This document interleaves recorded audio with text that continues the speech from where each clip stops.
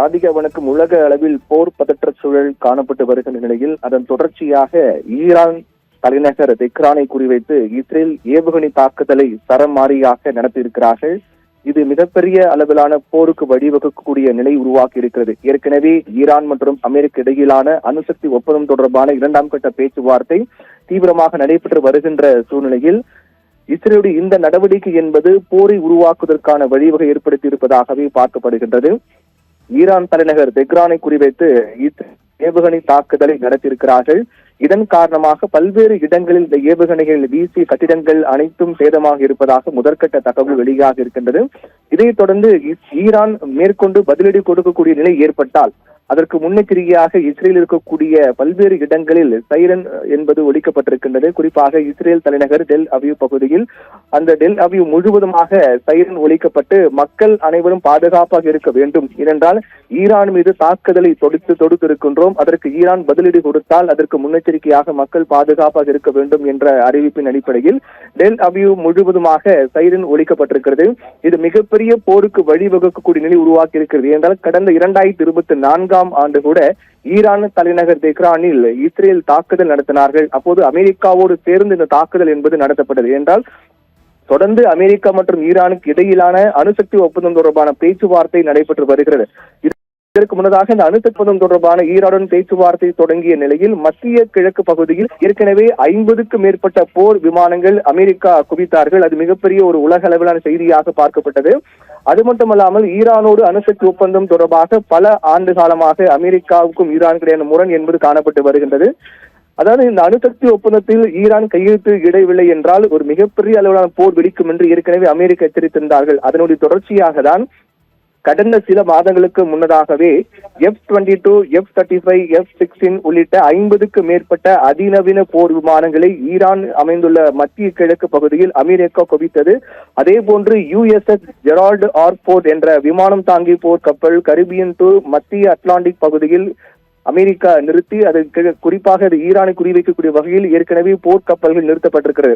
இப்படியாக அமெரிக்கா உட்புறம் போர்க்கப்பல்கள் மற்றும் ஆயுதங்களால் ஈரானை முடக்கக்கூடிய நிலை ஏற்படுத்தியிருக்கூடிய நிலையில் அதைத் தொடர்ந்து அமெரிக்காவோடு ஏற்கனவே இஸ்ரேலில் இணைந்து ஈரான் மீது தாக்குதல் நடத்தியிருக்கார். 2024 ஆண்டு கூட இது போன்ற தாக்குதல் என்பது நடந்திருக்கிறது.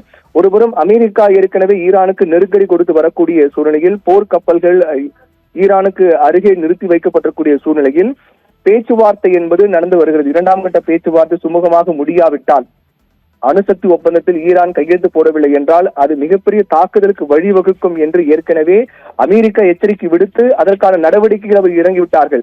அமெரிக்கா ஒருவேளை ஈரான் மீது தாக்குதல் நடத்தினால் அதற்கு இஸ்ரேலும் அமெரிக்காவோடு இணைந்து தாக்குதல் நடத்தும் என்பதில் ஏற்கனவே அறிந்த ஒன்றுதான். ஆனால் தற்போது திடீரென்று இஸ்ரேல் ஈரான் மீது தாக்குதல் நடத்தியிருப்பது என்பது உலக அளவில் மேலும் பதற்றத்தை உருவாக்கி இருக்கிறது.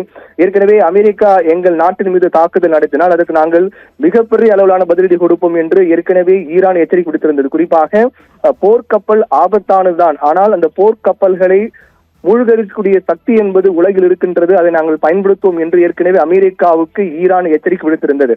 அதே போன்று இஸ்லாமிய புரட்சி இது போன்ற பல படைகள் சர்வதேச அளவில் முக்கியமான ஒரு நிகழ்வாக பார்க்கப்பட்டு வருகின்ற சூழ்நிலையில் கச்சா எண்ணெய் போக்குவரத்து வழித்தடமான ஹார்முஸ் ஜலசந்தியில் கடற்படை பயிற்சிகளை இஸ்லாமிய புரட்சி படை என்பது மேற்கொண்டு அது ஈரானுக்கு ஆதரவாக செயல்படக்கூடிய படை. இப்படி ஈரான் மற்றும் அமெரிக்க இடையிலான மிகப்பெரிய ஒரு முரண் பிரச்சனை என்பது காணப்பட்டு வந்த நிலையில் திடீரென்று இஸ்ரேல் ராணுவம் ஈரான் தலைநகர் தெஹ்ரானை குறிவைத்து ஏவுகணை தாக்குதலை மேற்கொண்டிருக்கிறார்கள். இந்த ஏவுகணை தாக்குதலை இஸ்ரேல் ராணுவம் உறுதிப்படுத்தியிருக்கிறார்கள். ஈரான் மீது தாக்குதலை தொடுத்திருக்கின்றோம், பல்வேறு இடங்களில் குறிப்பாக ஈரான் தலைநகர் தெஹ்ரானை குறிவைத்து தாக்குதல் தொடுத்திருக்கிறோம். ஏவுகணை தாக்குதல் என்பது முதற்கட்டமாக நடத்தப்பட்டிருக்கிறது. இது அடுத்த கட்டமாக ஈரான் பதிலடி கொடுத்தால் மிகப்பெரிய அடியை நாங்கள் ஈரானுக்கு கொடுப்போம் என்று இஸ்ரேல் ராணுவம் தெரிவித்திருக்கிறார்கள். அதோடு ஈரான் பதிலடி கொடுத்தால் பொதுமக்களுக்கு எந்தவித பாதிப்பு ஏற்படக்கூடாது என்பதற்காக முன்னெச்சரிக்கை நடவடிக்கையாக ஈரான் தலைநகர் டெல் அவிவ் பகுதி, அதாவது இஸ்ரேல் தலைநகர் டெல் அவிவ் பகுதி முழுவதுமாக சைரன் ஒலிக்கப்பட்டிருக்கிறது. ஒரு நாட்டினுடைய தலைநகர் என்பது அந்த நாட்டின் அதிக பாதுகாப்பு கொண்ட ஒரு பகுதியாக இருக்கக்கூடிய சூழ்நிலையில் ஈரான் தலைநகரை குறிவைத்து ஏவுகணை தாக்குதல் நடத்தப்பட்டிருப்பது என்பது மிகப்பெரிய அளவிலான அடுத்த கட்ட போருக்கு வழிவகக்கூடிய நிலை உருவாக்கி இருக்கின்றது. ஒருவேளை ஈரான் இஸ்ரேலை தாக்க தொடங்கினால், பதிலடி கொடுக்க தொடங்கினால், அமெரிக்காவும் இஸ்ரேலோடு இணைந்து ஈரானை தாக்கும். இது ஏற்கனவே ஒரு பதற்றமான நிலையை காணப்பட்ட போர் உருவாகுமா என்று காணப்பட்ட நிலையை அது மிகப்பெரிய போருக்கு வழிவகுக்கும் என்பதில் மாற்று கருத்தில்லை. இதற்கு முன்னதாக கூட பாகிஸ்தான் மற்றும் ஆப்கானிஸ்தான் இடையிலான போர் பதற்றம். திடீரென்று இரவு பாகிஸ்தான் ஆப்கானிஸ்தானை நோக்கி ஏவுகணை தாக்குதல் நடத்தினார்கள், குண்டுமழை பொழிந்தார்கள்.